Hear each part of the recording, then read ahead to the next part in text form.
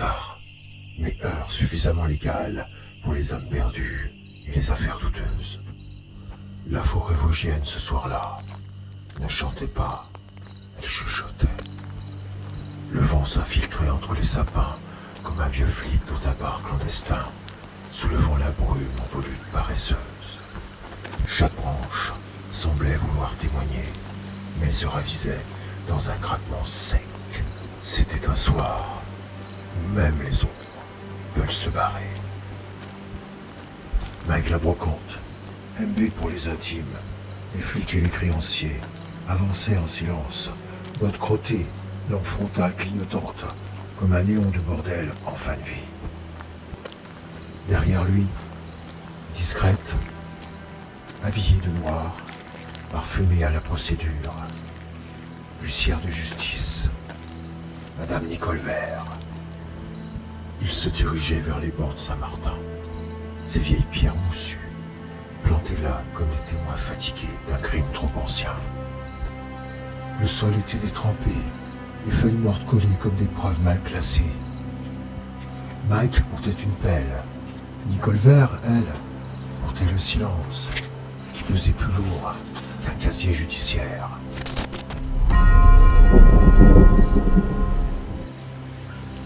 Arrivés à la clairière, ils s'arrêtèrent. Pas un mot.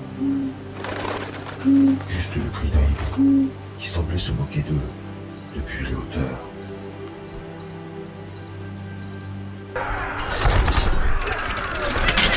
Stop!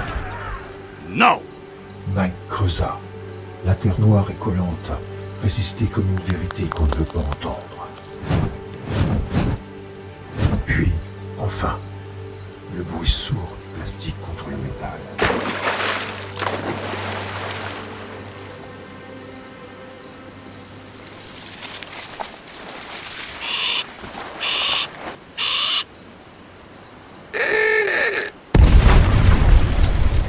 Un sac blanc, décoloré, comme un fantôme de supermarché.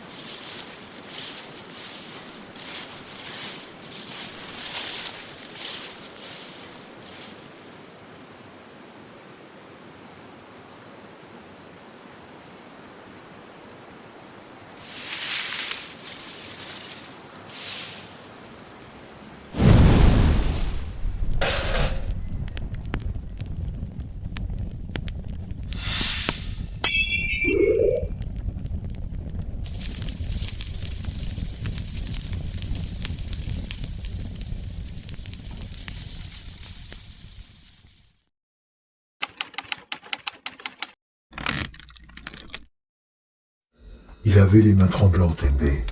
Pas de peur, non, de lassitude. Il ouvrit le sac. À l'intérieur, un canard. Pas un vrai, non, un canard. Oxy, mort, oui, mort de rouille. 30 ans à poursuivre une bestiole de bronze pour finir avec un volatile malade de l'acier. L'objet puait la mélancolie et le vinaigre. Il le tenait comme on tiendrait le dernier souvenir d'une liaison oubliée, les yeux dans le vague. Ce canard rouillé, c'est plus qu'un bout de métal oublié. C'est un mythe qui dérape, une enquête sans corps, un thriller sans meurtre, mais avec une victime. La vérité.